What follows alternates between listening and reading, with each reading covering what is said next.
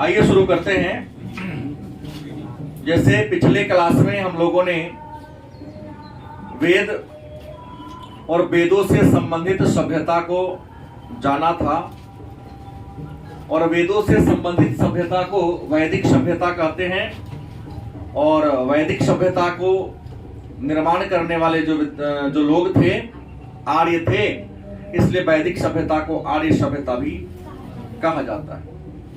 आज की क्लास में हम लोग वैदिक सभ्यता या वैदिक संस्कृति के दो भाग हैं। पहले का नाम है ऋग वैदिक काल या पूर्व वैदिक काल, जिसका समय 1500 ईसा पूर्व से 1000 ईसा पूर्व के बीच, और दूसरा उत्तर वैदिक काल जिसका समय 1000 ईसा पूर्व से 600 ईसा पूर्व। तो ऋग वैदिक काल की सामाजिक, आर्थिक, राजनैतिक, धार्मिक स्थितियां कैसी थी, इसी बात के बारे में हम लोग आज की क्लास में जिक्र करेंगे। इस क्रम में सबसे पहले हम लोग जानेंगे ऋग वैदिक काल।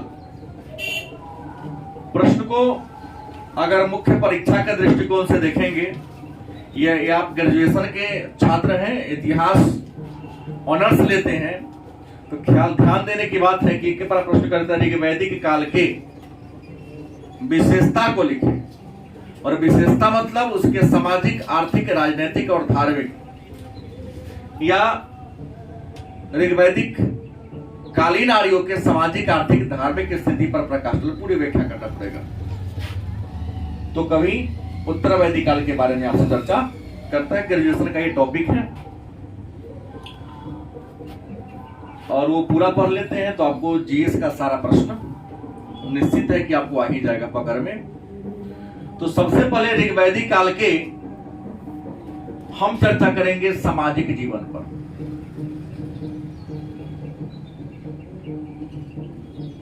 सामाजिक अगर हम जीवन की बात कर लें कि ऋग वैदिक काल का समाज कैसा था, तो पिछली क्लास में हम लोगों ने ये जाना था ऋग वैदिक काल भारतीय इतिहास का वह काल है जिसका समय 1500 ईसा पूर्व से 1000 ईसा पूर्व के बीच माना जाता है, और इसका नाम ऋग वैदिक काल या पूर्व वैदिक काल इसलिए रखा गया क्योंकि इस काल में ऋग्वेद की रचना की गई थी, ऋग्वेद का संकलन किया गया था। हमने पिछली क्लास में ही चर्चा किया था और आप पहले से भी भली भांति जानते हैं, ऋग्वेद धर्म का ग्रंथ होने के साथ साथ आर्यों के सामाजिक, आर्थिक, राजनीतिक और धार्मिक जीवन के बारे में बतलाने वाला एक पुस्तक है।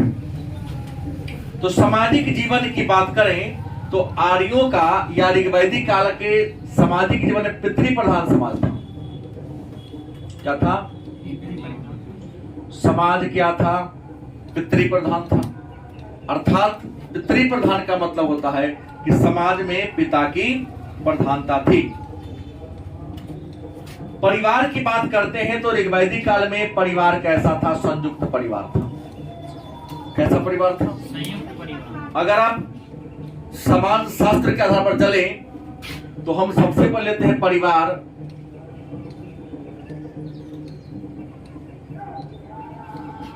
परिवार एक सामाजिक संस्था है जिसका गठन रक्त के संबंध के आधार पर किया जाता है, और परिवार दो प्रकार के होते हैं। पहला है एकल या एकाकी, दूसरा कौन है? संयुक्त। ये सामान्य है। पुनः परिवार को स्थिति के आधार पर ही बांटा गया है। स्थिति के आधार पर भी परिवार को दो भागों में बांटा गया है। पहला पितृवंशीय, दूसरा मातृवंशीय। टॉपिक आपका नहीं है, लेकिन टॉपिक आया है परिवार संयुक्त था, तो हमको लगा कि बता देना अच्छा है। परिवार कैसा था? प्रश्न है तो परिवार होते कितने प्रकार के हैं? तो परिवार दो प्रकार के होते हैं। पहला एकल परिवार, दूसरा एकल परिवार की परिभाषा है कि एकल परिवार उस परिवार को कहते हैं जिस परिवार में माता पिता और उसके अविवाहित बच्चे रहते हैं। मतलब जब किसी परिवार में माता पिता और उसके अविवाहित बच्चे, अविवाहित मतलब जिसका विवाह नहीं हुआ हो, वो अगर साथ रहे तो उस परिवार को क्या कहेंगे? लेकिन संयुक्त परिवार उस परिवार को कहते हैं जिस परिवार में कई पीढ़ी के लोग एक साथ मिलजुल कर रहता हो,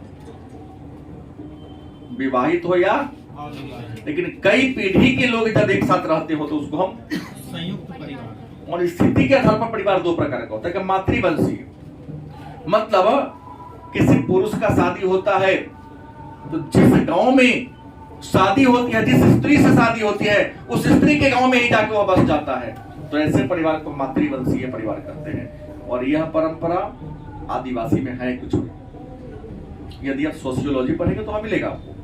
पितृवंशीय विवाह के बाद कन्या अपने पति के घर आ जाती है तो वहां पिता की प्रधानता है, तो ऐसे परिवार को हम पितृवंशीय परिवार के नाम से।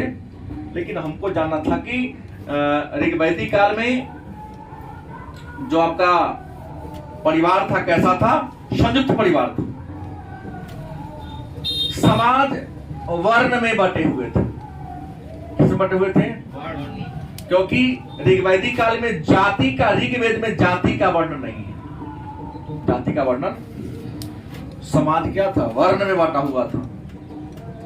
वर्ण वरी धातु से बना है, वरी उपसर्ग से बना है, जिसका मतलब वर्ण करना, चयन करना या चुनना।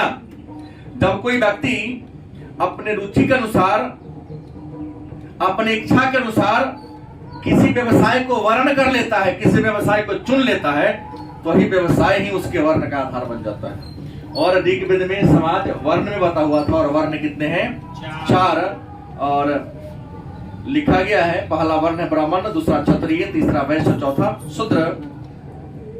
ऋग्वेद के 10वें मंडल के पुरुष सूक्त के बारे में, पुरुष सूक्त में इस बात का उल्लेख है।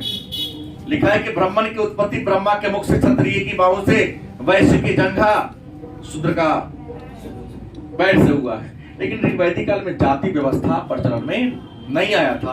अब जाति व्यवस्था था नहीं, लेकिन फिर भी अगर आपसे कोई पूछे कि जाति किसे कहते हैं, नहीं आप किस जाति के, हम यादव है, हम ब्राह्मण है, हम कायस्थ हैं, हम फलाने जाति के, तो आपसे प्रश्न कर सकता है जाति कहते किसे? नहीं तो पसीना पूछना पड़ेगा। हाँ मैं वो सही बोलता हूं। जैसे प्रश्न की फलाने जाति है तो जाति क्या है? तो समान व्यवसाय या पेशे पर आधारित व्यवस्था को जाति कहते हैं। जाति का डेफिनेशन है समान व्यवसाय या पेशे पर आधारित व्यवस्था को हम जाति के नाम से जानते हैं। कह रही यहां पर वर्ण व्यवस्था थी। आपको बता दें कि समाज में दो और सामाजिक में दो प्रथा था। नियोग प्रथा था, नियोग प्रथा भी था, और पर्दा प्रथा थी। सॉरी, पर्दा प्रथा नहीं थी। ऋग्वैदिक काल में पर्दा प्रथा नहीं थी, लेकिन नियोग प्रथा। पर्दा मतलब छुपाने की, जैसे कहते ना खाना खा जाना, जनाना, छुपाने की चीज, तो वही बात नहीं थी। दरवाजे में बैठ के भूजे खाएंगे, बातें करें, दरवाजे में बैठ के खाएंगे। महिला भी घर से बाहर निकलती थी, सभा और समिति में भाग लेती थी, क्योंकि ऋग्वेद में कई ऐसी महिलाओं के नामों का वर्णन मिला है जिन्होंने कई सूक्तों को लिखा है। नहीं, अपाला हो, घोषा हो, उनके द्वारा लिखे गए सूक्तों का उल्लेख ऋग्वेद में है। नियोग क्या है? तो नियोग हमारे प्राचीन भारतीय समाज में प्रचलित एक ऐसी परंपरा थी जिसके तहत अगर कोई स्त्री, किसी स्त्री के पति मर जाते हो, या वह नपुंसक होते हो, या किसी ऐसी बीमारी का शिकार हो जाते हैं जिन कारण वह संतान पैदा करने में सक्षम नहीं होता है, तो क्या करेगा?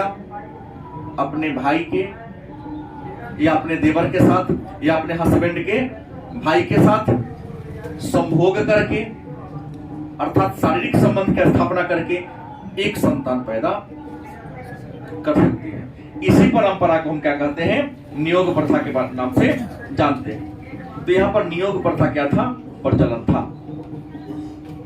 प्रिय पशु पहले ही बता दिया हूं, गाय प्रिय पशु था, और गाय को लोग क्या कहता था, अघन्या कहते थे। अघन्या मतलब जिसकी हत्या न किया जा सके। अघन्या का मतलब क्या होता है, जिसे हत्या न किया जा सके।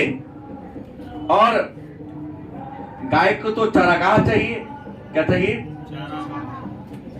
चारागाह होगा तो घास खा पाएगी। तो चारागाह के लिए गव्य या गव्यति शब्द का प्रयोग हुआ है। ऋग्वेद में चारागाह के लिए गव्य या गव्यति शब्द का प्रयोग होता था। हाँ, एक बात था, ऋग्वैदिक काल में निजी संपत्ति नहीं था।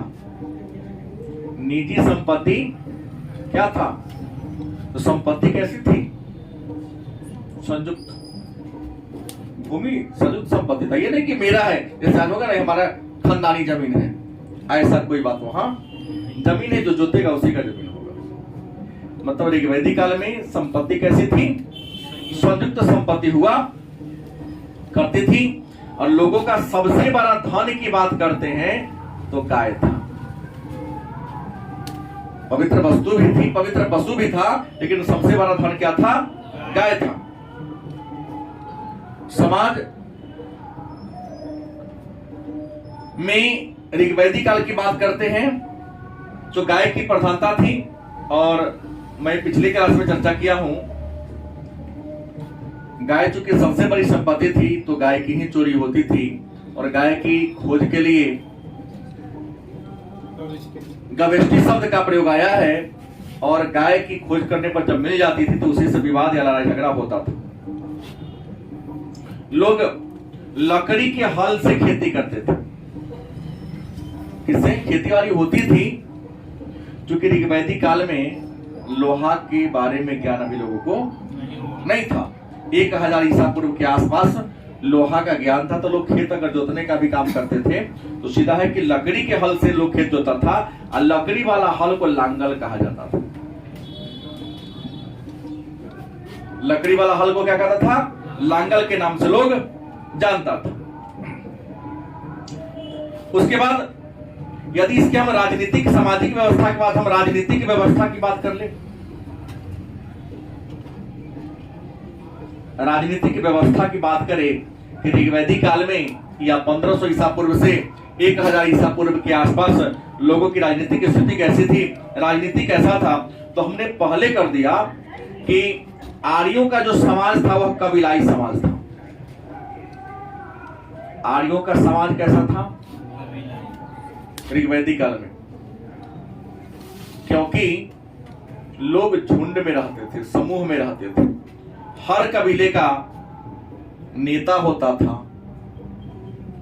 असभ्य शब्दों में उसे सरदार कहते, लेकिन सभ्य शब्दों में उसको राजन कहा जा सकता है।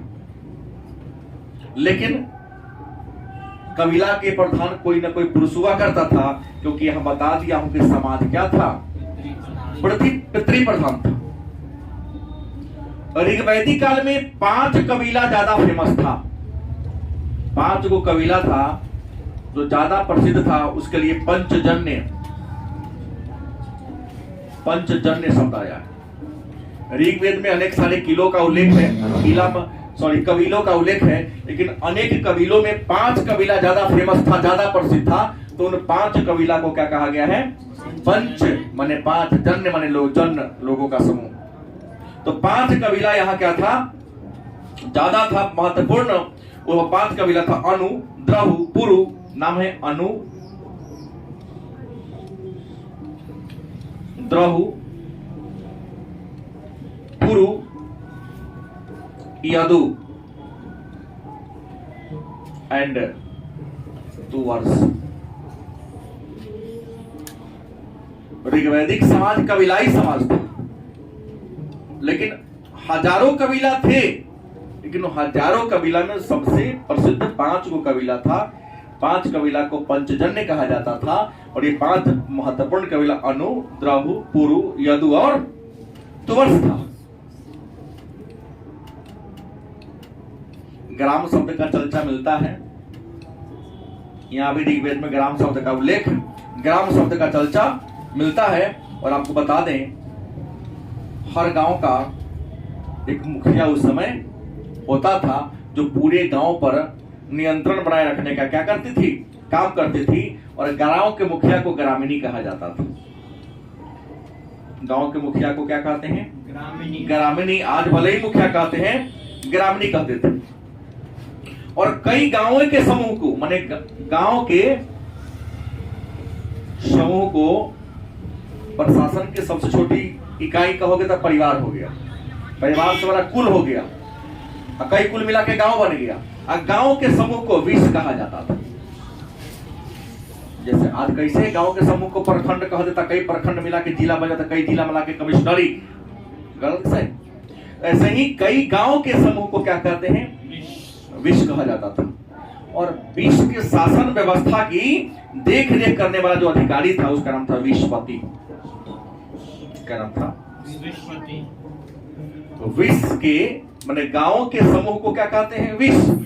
और विश्व के शासन व्यवस्था की जो देखरेख करने वाला पदाधिकारी था, उसे विश्वपति कहा जाता था। और कई विश्व मिलाकर, और हम देख सकते हैं विश्व के समूह को, जैसे गांव के समूह को क्या कह दिए, विश्व। तो विश्व के भी समूह हुआ करता था। और कई विश्व के समूह के लिए जन शब्द का प्रयोग किया गया है। विश्व के समूह को क्या कहते हैं, जन। और यही जन जब धीरे धीरे बड़ा हो गया था, क्या पर जनपद या महाजनपद आएगा, जो इसके बाद चर्चा हम लोग करेंगे 16 महाजनपद के बारे में। तो कई गांव के समूह को विश्व, परिवार को मिलने से कुल का निर्माण हुआ, कुल के मिलने से ग्राम का, ग्राम से बड़ा क्या हो गया, विश्व। अब विश्व से बड़ा हो गया जन। माने विश्व के समूह को क्या कहते हैं, जन कहते हैं। और जन का जो प्रधान होता था, उसको हम राजा कहते हैं। तो यहाँ 3 प्रश्न आ गया। कबीला के हेड सरदार, गलत सही। ग्राम के ग्रामीणी, गांव के समूह को विश्व, विश्व के प्रधान को विश्वपति, और विश्व के समूह को जन, और जन के प्रधान कौन होते थे, मतलब सबसे ऊपर कौन आ गए, राजा। और नीचे आ गए तो ग्रामीणी। लेकिन परिवार का तो गृहपति होते थे ना, हर परिवार का एक मुखिया होता था। जैसे आज भी गृहपति, अब महिला होगी तो गृहिणी, गृह स्वामिनी, ऐसा कहा जाता था। अब कहोगे जन की बात है, तो जन तो सबसे बड़ी राजनीतिक इकाई हो गई। तो ऋग्वेद में जन का उल्लेख 275 बार, ऋग्वेद में जन शब्द का उल्लेख कितनी बार आया है, 275 बार आया है। अब कहेंगे जब राजा होता था ऋग्वैदिक काल में, तो राजा का कार्य क्या था।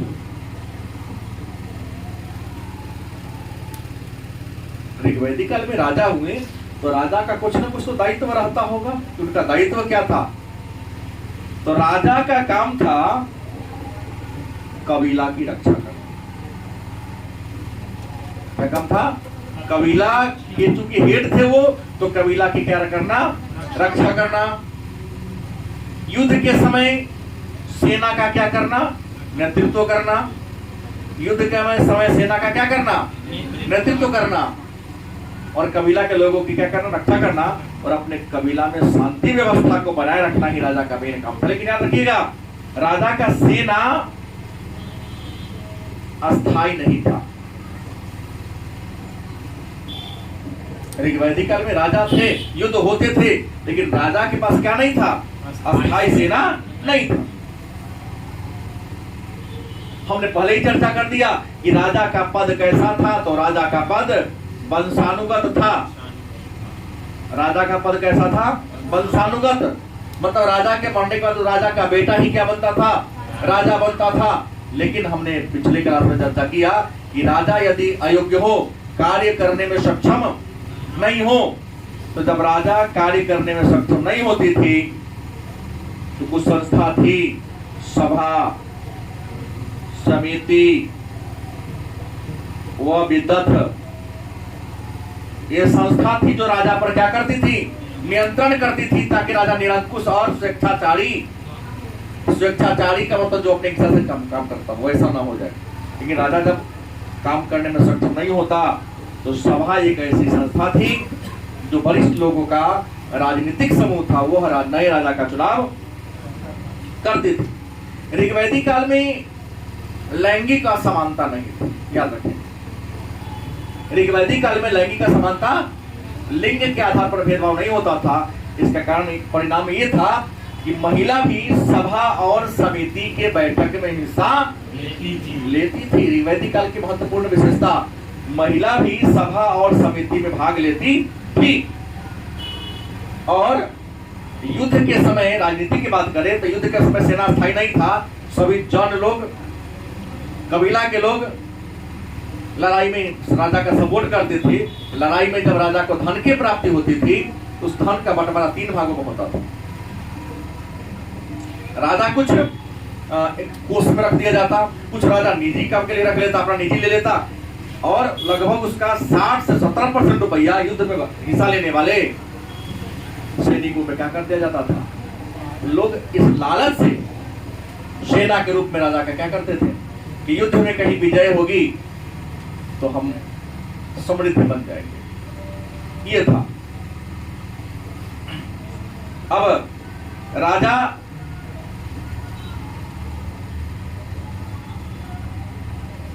का कार्य, राजा का दायित्व बहुत ज्यादा था। तो राजा क्या करते थे, गुप्तचर की भी बहाली करते थे।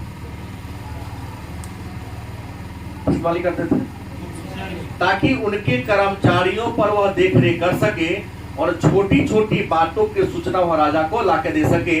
और ऋग्वैदिक काल में गुप्तचर को सपस कहा जाता था। ऋग्वैदिक काल में गुप्तचर को क्या कहा जाता था?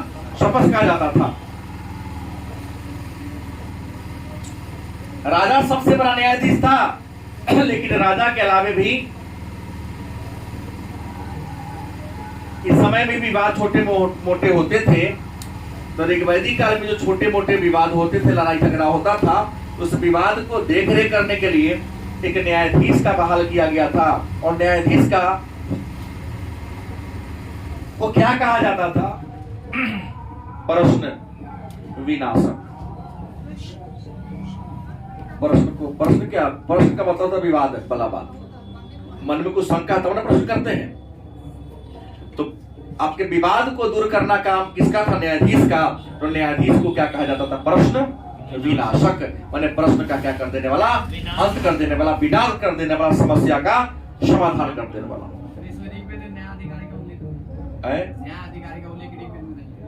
हमने क्या न्यायाधीष, न्यायाधिकारी का हमने कहा कि सबसे बड़ा न्यायाधिकारी कौन था? राजा था। राजा ही डिसीजन लेते थे, लेकिन राजा अपने दायित्व को कम करने के लिए पद दे दिए थे। किस प्रश्न का उत्तर देना किसका काम है? तुम्हारा काम। समाज में कोई ना कोई तो न्यायाधीश के रूप में काम करेगा। सब काम सुप्रीम कोर्ट कर लेगा तो कभी मुकदमा का अंत होगा। इसलिए हर गांव में, हर वार्ड में एक पंच है। अब पंच सब मिलकर एक सरपंच की बहाली कर लिया है। सरपंच से मामला नहीं होता तब ना आगे बढ़ता है। ऐसे उस समय भी था। अब है राजा का काम क्या था? सारा बात हमने क्या कर लिया, चर्चा कर लिया। अब थोड़ा सा एक टॉपिक और बच गया मेरे सामने। सामाजिक हो गया, राजनीतिक हो गया। अब आर्थिक स्थिति पर बात करें कि ऋग्वैदिक कालीन आर्यों की आर्थिक स्थिति कैसी थी? ऋग्वैदिक काल में लोग अपने जीवन यापन के लिए क्या क्या करते थे? तो ऋग्वैदिक कालीन आर्यों का सबसे मेन व्यवसाय था पशुपालन। कई बार पूछा गया है, इनका मूल व्यवसाय क्या था? पशुपालन। लेकिन पशुपालन के अलावे जो गौण व्यवसाय था, सेकेंडरी, वह था कृषि। याद करिएगा, लेकिन उत्तर वैदिक काल में बदल जाता है। उत्तर वैदिक काल में कृषि मूल आ जाता है और पशुपालन गौण हो जाता है। मैं ऋग्वैदिक काल पढ़ रहा हूं। तो ऋग्वैदिक काल में लोग अपने जीविकोपार्जन के लिए कौन सा आर्थिक क्रियाकलाप करते थे? तो सबसे बड़ा काम इनका क्या था? पशुपालन। उसके बाद क्या था? कृषि। और पहले ही चर्चा कर दिया हूं, कृषि सामूहिक हुआ करता था। लकड़ी के हल से लोग अपने भूमि को जोतते थे। अब भूमि को जोतने वाला जो व्यक्ति होता है उसको हम लोग अभी कहते हैं हलवाहा। भूमि जोतने वाले को क्या कहते हैं? हाँ, हलवाहा। और हलवाहा के लिए ऋग्वेद में किवास शब्द का प्रयोग किया गया है। क्या है? ऋग्वेद में हलवाहा को क्या कहा गया है? हलवाहा मतलब हल को चलाने वाले को किवास कहा गया है। उस समय भी जब भूमि की उर्वरा शक्ति घट जाती थी तो भूमि की उर्वरता को बढ़ाने के लिए लोग उर्वरक का यूज करते थे। और उस समय जो उर्वरक बनता था वह गोबर का बनता था। आज भी बन रहा है। उस समय गोबर का उर्वरक बनता था और गोबर के खाद को कड़ीस कहा जाता था। गोबर के खाद को समाज में दो प्रकार के व्यक्ति, धनी व्यक्ति भी था और गरीब व्यक्ति जैसे आज है। अलग बात है कि ये हमारे राजनेताओं के द्वारा नहीं, कई लोग हम कमेंट जानबूझ के शिक्षा को इसलिए नहीं करता हूं तो प्रश्न उतरेंगे तो कि सबके प्रश्न का उत्तर है मेरे पास, गलत कि सही। लेकिन हम विवाद में क्यों उलझने जाए। हमने कहा कि जो उर्वरक को हम कड़ीस कहते हैं और ये कड़ीस क्या किसका बना हुआ था? गोबर का खाद का बना हुआ था। भले ही वोट बैंक बनाने के लिए जाति के नाम पर हमारे समाज को माननीय बिहार सरकार तोड़ रही है, अलग बात है। वोट बैंक दूसरा कोई लक्ष्य नहीं है, नहीं। लेकिन रियल में मैं अगर शिक्षक के रूप में बताता हूं कि आज हमारा भारत, खास करके बिहार, दो ही जाति में बटा। परमात्मा के वाला छोड़ दो, दो ही जाति है। एक है अमीर,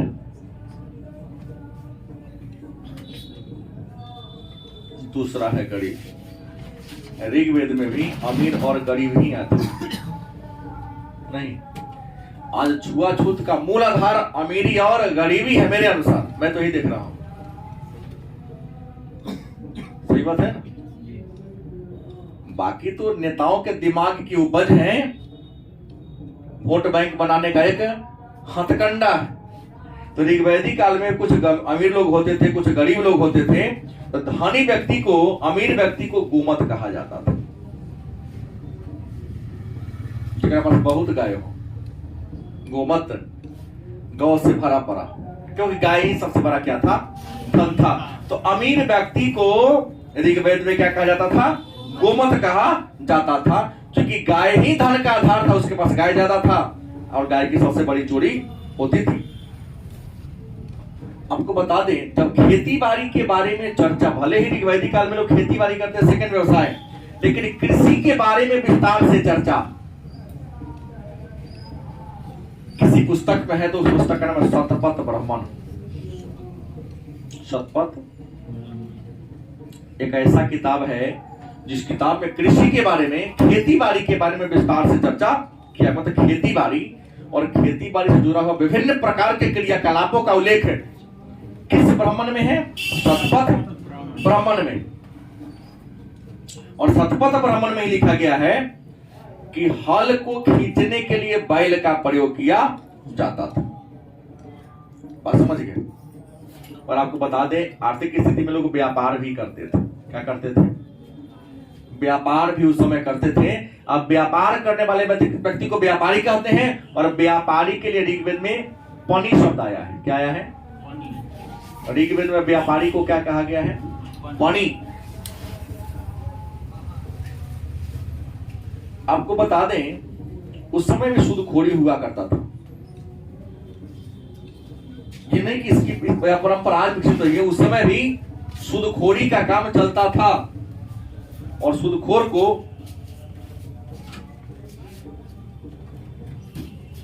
कुसीद वृत्ति कहा जाता था। सूदखोर उस समय भी था। अब धर्म की बात करें कि ऋग्वैदिक कालीन नारियों का धर्म कैसा था, कौन भगवान का पूजा करते थे, किस भगवान उनको भरोसा था। आइए थोड़ा सा धर्म के बारे में जानेंगे, फिर उत्तरवैदिक काल पर हम लोग आएंगे।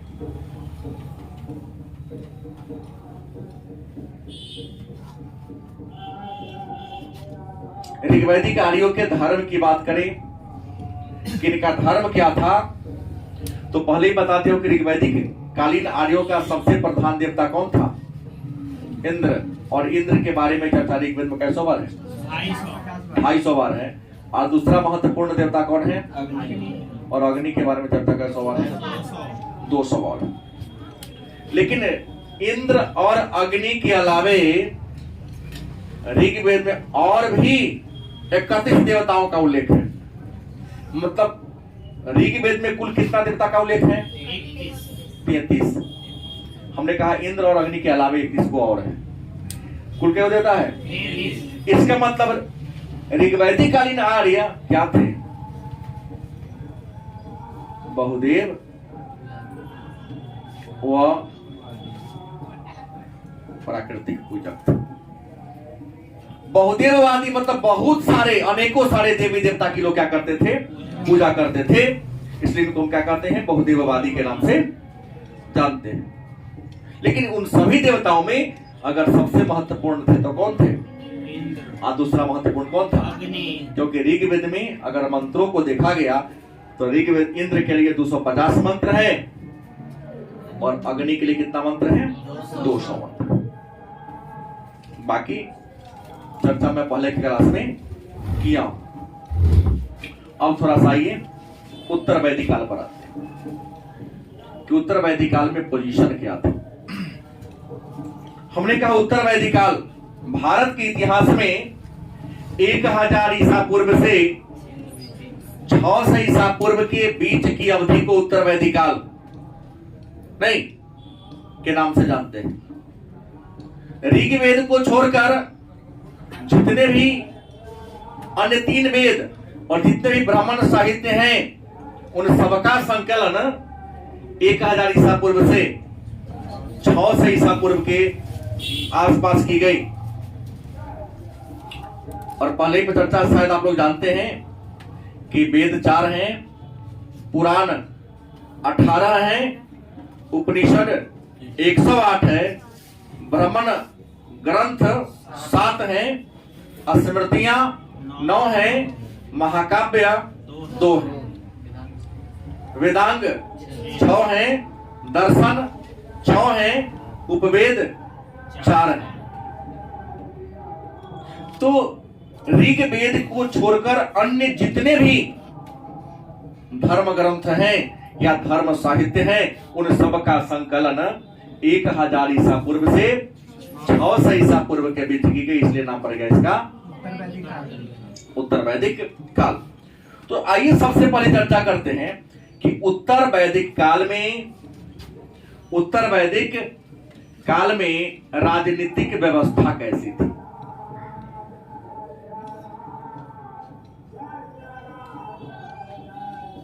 उत्तर वैदिक कालीन जो आर्य थे उस समय राजनीतिक संरचना कैसी थी, तो आपको बता दें उत्तर वैदिक काल में कई छोटा छोटा कबीला आपस में क्या होने लगा था? मिलने लगा था। और कई छोटा छोटा कबीला आपस में मिलकर एक बड़े कबीला का निर्माण करने लगा था। और उत्तर वैदिक काल में पहली बार राष्ट्र शब्द का उल्लेख देखने को मिला है। मतलब कई छोटा छोटा कबीला चाहे युद्ध के माध्यम से हो या जिस तरीका से हो आपस में क्या होने लगे थे? संगठित होने लगे थे, एकत्रित होने लगे थे, मिलने लगे थे। तो इसका नाम क्या पड़ा? राष्ट्र शब्द का उल्लेख उत्तर वैदिक काल में आया है। उत्तर वैदिक काल में अगर बात करते हैं तो राजा के पद और शक्ति में क्या हुई थी? वृद्धि हुई थी। ऋग्वैदिक काल में राजा के पास जितना पावर था, जितना सामर्थ्य था, जितनी शक्ति थी उससे कई गुना राजा की शक्ति क्या हो गई? बढ़ गई। क्योंकि उत्तर वैदिक काल में राजा यज्ञ मतलब पूजा पाठ 3 को करते थे। बता दिया हूं पहले, राजसूय यज्ञ, वाजपेयी यज्ञ, अश्वमेध यज्ञ करते थे। राजा 3 प्रकार के यज्ञ करते थे और तीनों यज्ञ कहीं न कहीं राजा के शक्ति प्रदर्शन से जुड़ा हुआ है। गलत से राजसूय यज्ञ हमने कहा पिछले दिन कि 2 वर्षों तक चलता था। यह यज्ञ राजा के अभिषेक के समय होता था। 17 प्रकार के नदी के जल से राजा को स्नान कराया जाता था। एक सोने का घड़ा बनता था, उसमें 100 छिद्र हुआ करता था।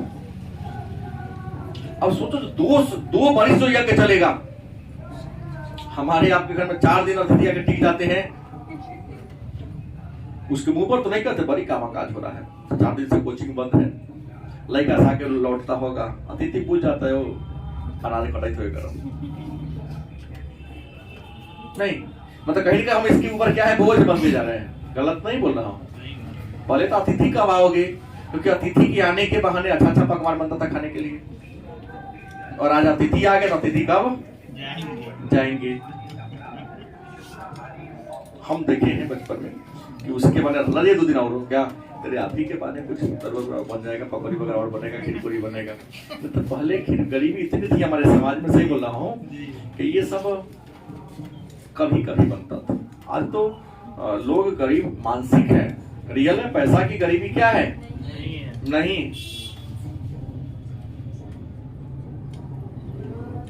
अध्यात्म में चला गया मेरा छात्र अध्ययन करते करते, सत्य की खोज हो गया अमर। देख लो महात्मा बुद्ध अगला तो ही बनने वाला है, उस समय से सोया हुआ है। चलिए रात में चोरी उड़ी खेतों घर में किया गई, रात तो जगले था, बर्थडे में तो जगना थोड़ी ना होता है। तो नवजात शिशु 22 घंटा सोता है तो बड़ा शिशु हो गया है, सोया हुए दिन में तो शिशु ना, शिशु के शरीर से बाहर आ गया है, बहुत बाहर है। राजसूय यज्ञ करते थे, और आपको बता दें कि राजसूय यज्ञ करने का उद्देश्य अपना शक्ति प्रदर्शन ही था। एक प्रकार से 2 साल चलना, इतना लोगों को खिलाना, 2,40,000 तक गाय दान में देते थे। वाजपेयी यज्ञ, यहाँ भी दौड़ घुड़दौड़ होता था, बताया 17 दिन चलता था। यह भी एक प्रकार का शक्ति प्रदर्शन था। अश्वमेध यज्ञ 3 दिन चलता था। उद्देश्य साम्राज्य का क्या था? विस्तार था। एक बात था, ऋग्वैदिक काल में राजा कर लेते थे, और ऋग्वैदिक काल में जो कर लेते थे उसका नाम था बलि। क्या नाम था? बलि। हमने क्या लिखा? हरसिकार, आप लोग मार दी जाते अधिकार, हो जाएगा फांस। नहीं, ऋग्वैदिक काल में बल कर लेता था बलि। स्वैच्छिक मन है तो दो, मन न है तो मत। ऋग्वैदिक काल में लोग अपने मन से कर देता था, मन है तो देना है, मन नहीं है तो ज्यादा करो तो छापे मरवा देता है, नहीं कह देगा जी, उस समय छापा मरवाने का चीज सब। लेकिन उत्तर वैदिक काल की बात करते हैं तो यहां पर कर क्या हो गया? अनिवार्य हो गया। दोनों में डिफरेंस था थोड़ा सा। यहां कर देना अनिवार्य नहीं था। इच्छा है तो कर दीजिए, इच्छा नहीं है तो कर नहीं दीजिए। लेकिन यहां पर आते आते, उत्तर वैदिक काल आते आते कर क्या हो गया? अनिवार्य हो गया। देना ही पड़ेगा आपको, क्योंकि नहीं दीजिएगा तो राज्य का शासन व्यवस्था, देश का शासन व्यवस्था कैसे संचालित होगी? राजा शासन के प्रधान थे कौन? राजा। लेकिन राजा के कार्य में सहायता कौन करता था? राजा के कार्य में सहायता करने वाले जो पदाधिकारी था उसका नाम था रत्नी। बड़े बड़े पदाधिकारी को रत्नी कहा जाता था, जो राजा को उनके कार्यों में क्या करता था? सहायता करता था। अब राजा यहाँ युद्ध में सेना का नेतृत्व नहीं करता था, राजा को अलग पदाधिकारी बहाल कर देना था, सेनापति। राजा उत्तर वैदिक काल में युद्ध में सेना का नेतृत्व करने के लिए एक अलग पदाधिकारी की बहाल कर दिया, जिसको कहा था सेनानी। क्या कर दिया? जिसको लोग सेनापति कहते हैं। और यह प्रश्न लड़कियों से है कि भारत का वह कौन राजा था प्राचीन काल का जिन्होंने सेनानी की उपाधि धारण किया था? पढ़ाया हूं तब प्रश्न कर रहा हूं, लड़कियों से पहले। एकरे कहे छी गांव में कहावत कि जो मुर्गी मोटाती है त्यों तो दुम सुध काटी है। क्या होता है इसे? लड़का में कौन बताएंगे? पहले मिलेंदु बैठ रही, चूंकि तेरा से लगा आप कंफ्यूजन में है, तू बोल। हाँ, पुष्य मित्र सुन। पुष्यमित्र शुंग, जिन्होंने मौर्य वंश के अंतिम राजा बृहद्रथ की हत्या करके 184 ईसा पूर्व में सत्ता को प्राप्त किया था। क्योंकि वो सेनापति के पद पर था, उन्होंने सेनानी की उपाधि ही धारण, जहां नाम हंसा दिला दूसरा। तो राजा सेना में सैनिकों का नेतृत्व करने वाले सेनापति को बहाल करते थे, जिन्हें सेनानी कहा जाता था। और संपूर्ण सेना का, लेकिन रथ के सेना का सेनापति अलगे होता था, और रथ के सेना का नेतृत्व करने वाले के लिए सूत कहा जाता था, क्योंकि सूत रथ भी बनाते थे। सूत का रथ बनाता था और जितना भी रथ था उसका कंट्रोल करता था, क्योंकि रथ कैसे रास्ता से ले चलना है ताकि उसको क्षति भी नहीं हो और गंतव्य स्थान पर क्या हो पहुंचा दिया जाए। गांव के मुखिया को ग्रामीणी कहा जाता था, गांव के मुखिया को ग्रामीणी कहा जाता था, जो पूरे गांव के प्रशासन की देखरेख करने का काम करता था। और एक कोषाध्यक्ष होता था, क्या होता था? जो पूरे वित्त का मालिक होता था। और यहाँ पर कोषाध्यक्ष को संग्रहीता कहा जाता था। संग्रहीता माने संग्रह करने वाला, लेकिन क्या रुपया पैसा। तो कोषाध्यक्ष को क्या कहते हैं? संग्रहीता के नाम से जानते हैं। और वित्त मंत्री होता था राजा, मेन छूट गया था नहीं, हाँ, वित्त रुपया पैसा की देख रेख करने वाला के वित्त मंत्री होता था, जो मैं आज के सेंस से बोला हूं। और उस समय वित्त मंत्री को भागदूत कहा जाता था। वित्त मंत्री को क्या कहते हैं? भागदूत कहा जाता था। अब भागदूत का काम क्या था? तो कर संग्रह करना। भागदूत का काम क्या था? मैंने कर संग्रह करने वाले अधिकारी को भागदूत या वित्त मंत्री को भागदूत कहा जाता था। बड़ाई क्या मनीष? बढ़ाई एक होता था। और एक वैदिक काल में बढ़ाई को उत्तर वैदिक काल में तक्षण कहा जाता था। काट तक्षण होता क्या करना? काट छाट करना। राजा के संदेश वाहक, तो हॉटलाइन पर बातचीत हो जाती है, जो संदेश पहुंचाता उसको पालागल कहा जाता था। राजा के जो संदेश वाहक माने खबर को पहुंचाते थे, उस संदेश पहुंचाने वाले व्यक्ति को क्या कहा जाता था? पालागल कहा जाता था। लेकिन उत्तर वैदिक काल में भी राजा स्थायी सेना पदाधिकारी अस्थायी थे, जो राजा को हेल्प करता था, लेकिन सेना पर अस्थायी नहीं था। ठीक है। और हमने कहा पिछले क्लास में कि ऋग्वैदिक काल में जो सबसे महान कबीला था, उस कबीला का नाम क्या था? लेकिन उत्तर वैदिक काल जब काल आया तो भरत कबीला का महत्व थोड़ा सा घटा। आज सबसे जो प्रधान कबीला हो गया पंचाल। ऐसी पंचाल सही पंचाल महाजनपद बना, जो 2 भाग बटा था। एक की राजधानी काम्पिल्य, दूसरे की पंचाल महाजनपद 2 भाग बटा था। उत्तरी पंचाल और दक्षिणी पंचाल। उत्तरी की छत्र, एक होता काम्पिल्य। और काम्पिल्य की राजकुमारी थी द्रौपदी थी, जिसने प्रतिज्ञा की थी कि मछली नाच रहा है, उसकी आंख को देखना है, खोलते हुए तेल में देखना है, अच्छी आंख में छेद कर देना है। नहीं, खोलते हुए तेल था, जो छेद करेगा उससे हमारी क्या होगी? विवाह होगी। तो उत्तर वैदिक काल में यह था कैसा कौन जीवन? राजनीतिक जीवन था। दूसरा बात कर लेते हैं आर्थिक और सामाजिक जीवन पर, क्योंकि आर्थिक क्रियाकलाप कहां होगी? समाज में होगी। आर्थिक और सामाजिक जीवन की बात कर ले कि ऋग्वैदिक काल में लोगों का समाज कैसा था, उत्तर वैदिक काल में सॉरी, और लोग समाज में रहते थे तो अपने जीवन यापन के लिए कौन कौन काम करते थे, इस बात की चर्चा करें। तो ऋग्वैदिक काल में अगर सबसे पहले बात करते हैं समाज का,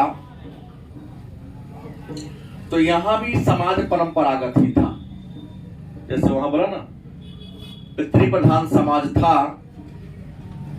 परिवार क्या था? संयुक्त था।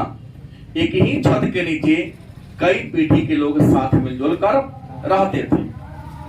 लेकिन समाज में साथ मिलजुल कर रहते थे और जीवन यापन के लिए अपने सामर्थ्य के अनुसार कोई पशु पालता, कोई खेती बाड़ी करता, तो कोई बढ़ाई का काम करता, तो कोई रथ को बनाता। लेकिन एक विशेष महत्वपूर्ण बात जान लीजिए कि उत्तर वैदिक काल के लोगों का मुख्य आर्थिक क्रियाकलाप क्या था? कृषि। और ऋग वैदिक काल में क्या था? पशुपालन था। और मैंने पहले ही चर्चा कर दिया कि खेती बाड़ी के विभिन्न तौर तरीका के बारे में चर्चा में। लेकिन एक बात याद कर लीजिए, एक नया शब्द बोलने जा रहा हूं, काठक संहिता। कौन है?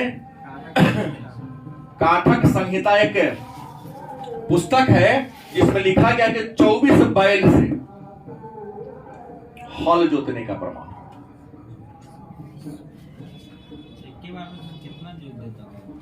बैल पे था 24 को था। अब सोचो ना हल कितना बड़ा रहा होगा। आज के साथ फरवा जो हुई थी उससे ज्यादा लंबा रहा होगा। एक बार में ही 24 को बैल को लाइन से खड़ा कर दिया। हमको लगता है कि 3-4 को पालो रहता होगा, बीच में हरीश रहता होगा, 10 को 12 को हर दो बैल के बीच में, और लंबा चौड़ा लकड़ी का हर लगा देता, पता बैठ जाता होगा कि जा रहा है। तो 24 बैल के द्वारा भी हल को खींचने का प्रमाण कोना किताब में मिला है? काठक संहिता में। और मुख्य अनाज की बात करें तो धान और गेहूं उत्तर वैदिक काल के लोगों का क्या था? मुख्य व्यवसाय था। उसके बाद इस समय अनाज जोखने के लिए वाट का प्रयोग होता था, और सबसे जो छोटा वाट था, सबसे बड़ा को तो सीधे वाट कहिए दिए, लेकिन जो सबसे छोटा होता उसको रति कहा जाता था। आज भी रति होता है सोनार के यहाँ प्रयोग, इतना रति। उसके पास छोटा सा पैमाना है जो शीशा के छोटा सा बक्सा में वजन करने का काम होता। रति सबसे छोटा एक वाट कौन था? नाम था उसका रति। सूदखोरी यहाँ तेज हो गया। जैसे आज हमारे समाज में कुछ ऐसा लोग हैं कुछ काम नहीं करते, है ना?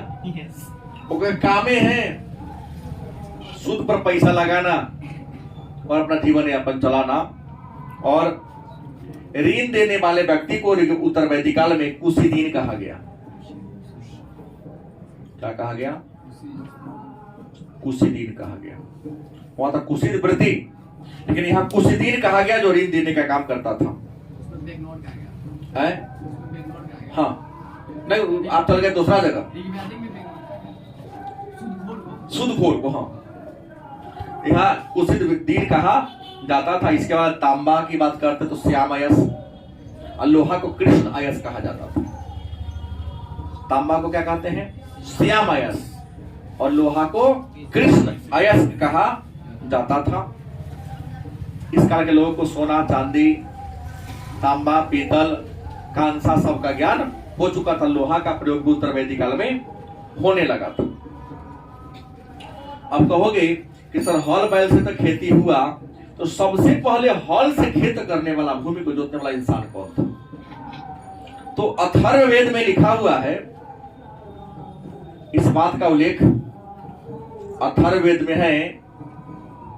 पृथुवैन्य एक ऋषि थे, इन्हीं ने सबसे पहले हल से जमीन को क्या किया था? जोता था और खेती बाड़ी किया था।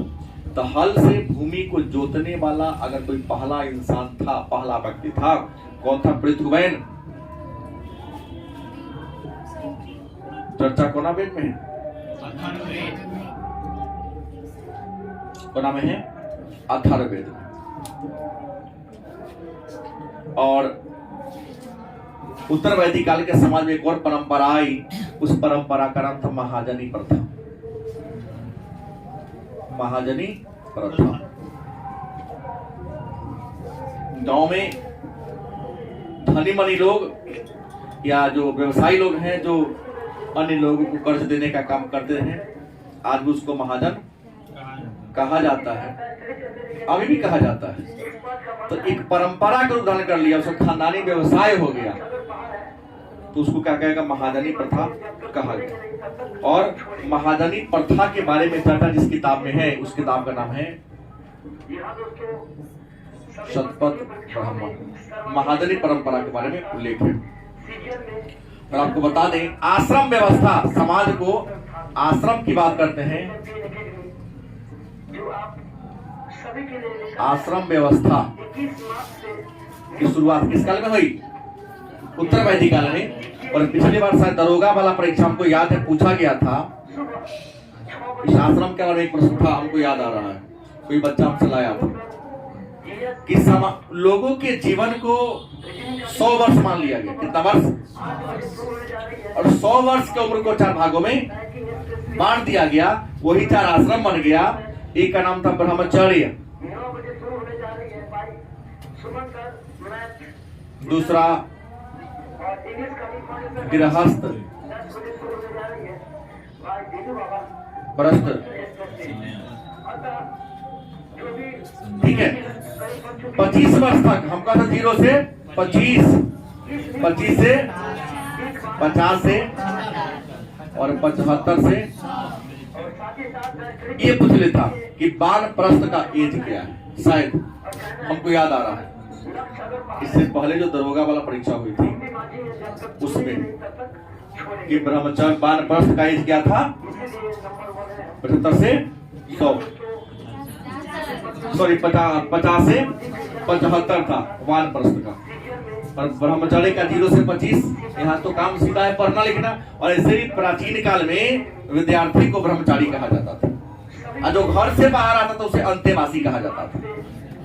घर से बाहर रहने वाले को अंतेवासी, और ब्रह्मचारी किसको कहा जाता था? पढ़ने लिखने वाले विद्यार्थी को ब्रह्मचारी कहा जाता था। तब तो आर्यभट्ट पैदा हुए, बरामीहीन पैदा हुए।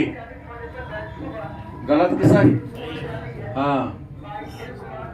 और आज विद्यार्थी को ब्रह्मचारी कहा जाता है, लक्षण ही नहीं है कोई। कहां से आर्यभट्ट वाला गुण आएगा? धार्मिक जीवन एक रहा मेरा कि वैदिक काल में धार्मिक जीवन कैसा था, लोगों का धर्म कैसा था, धार्मिक क्रियाकलाप कैसा था। एक बात है कि वैदिक काल का सबसे प्रधान देवता कौन थे? इंद्र बोले थे। लेकिन जिसको पुरंदर कहा गया है, पुरंदर का मतलब किला को तोड़ने वाला, लेकिन ऋग्वेद में इंद्र का स्थान घट गया, महत्व क्या हो गया? घट गया। और सबसे महत्वपूर्ण देवता हो गया प्रजापति, विष्णु। गलत सही? विष्णु माने पालन करने वाले। क्या बोले हैं? उसके बाद उत्तर वैदिक काल में यज्ञ का महत्व बढ़ गया, पूजा पाठ का क्या हो गया? महत्व बढ़ गया। कर्म कांड का बोलबाला हो गया। जाति प्रथा छुआछूत शुरू हो गया। महिलाओं की स्थिति में क्या आ गई? गिरावट आ गई। नहीं, कई ऐसे धर्म ग्रंथ है, पुस्तक जहां तो महिलाओं को शराब और जुआ से भी ज्यादा खराब मान लिया गया। हालांकि ऋग्वेद में पुत्री को दुहिता कहा गया, गाय को दुहने वाले। लेकिन इस स्थिति में क्या आगे गिरावट आई, सभा और संपत्ति से उसे बाहर कर दिया गया। पूजा पाठ से उसे क्या कर दिया गया? वंचित कर दिया गया। शिक्षा के अधिकार से वंचित कर दिया गया। एक पुस्तक है आपस्तंभ संहिता, 12वीं की पुस्तक में आपको मिलेगा। आपस्तंभ संहिता ऐसा पुस्तक है जिसमें लिखा गया है स्त्री अगर धर्म ग्रंथों का पाठ करे तो जीभ काट लो, सुने तो कान में गरम शीशा गला के रख दो, ताकि सुनेगी। सुने ही नहीं, क्योंकि सुनेगी तो होशियार हो जाएगी, होशियार तर्क करेगी ना। गलत सही? जैसे आप इस लोकतंत्र पे देखिए, छोटी सी बात है, सरकार सरकारी विद्यालय के पढ़ाई पर ध्यान क्यों नहीं देती?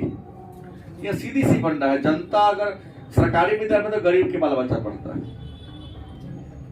अगर वो होशियार हो जाएगा तो अभी कुछ लोग फेसबुक ट्विटर के माध्यम से हम पर हाथ उठा रहे हैं, उंगली उठा रहे हैं। अगर सब पढ़ लेगा, सब उठाएगा, तो हमारे जो घुसखोरी का दलाली का दुकान चल रहा है वो अब नहीं चलेगा, बंद हो जाएगा। तो उससे अच्छा है कि 10,000 5,000 दे के चुप करा के रखो। आवाज उठाने वाला मनीष का सब चलेगा नहीं। हाँ, आवाज उठाने वाले तो बिहार में दबा ही दिया जाता है उसे। चलिए मुद्दे पर आइए, न बोलिए राजनेता लोग हैं।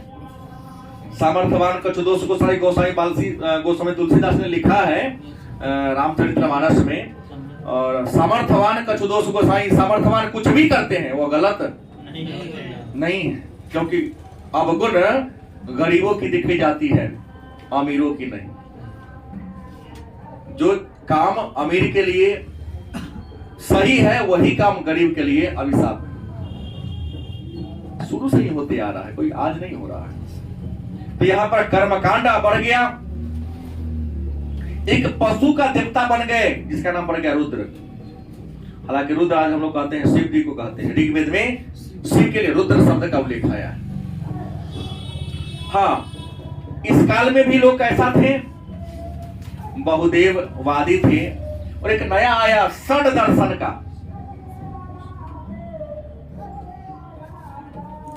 षड दर्शन का विकास ऋषि मुनियों ने जंगल में रहकर साधना करके जो अपना अपना दार्शनिक विचार थे उसको दर्शन कहा गया। और दर्शन कितने हैं? 6 नाम है, षड माने 6 दर्शन। और 6 दर्शन के बारे में आप लोगों को पहले से ही पता है। 6 दर्शन कौन कौन है? एक है न्याय, योग, सांख्य, पूर्व मीमांसा, उत्तर मीमांसा। पूरा ऊपर छूट गया है। न्याय है ना, न्याय का कपिल, योग का पतंजलि, सांख्य का सर पूर्व मीमांसा, हाँ हाँ, पूर्व मीमांसा, उत्तर मीमांसा कौन?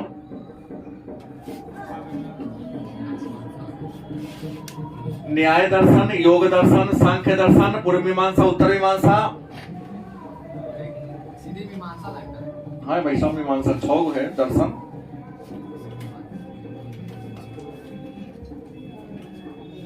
चलो भूल गया, बाद में आ जाएगा कभी। 6 दर्शन इसमें आ गए और हर दर्शन के अलग अलग क्या बने? प्रतिपादक बने। जैसे पूर्व न्याय का कौन है? गौतम है। योग का कौन है? पतंजलि। सांख्य का क्या है? कपिल है। पूर्व मीमांसा बदलन, उत्तर मीमांसा जैमिनी है।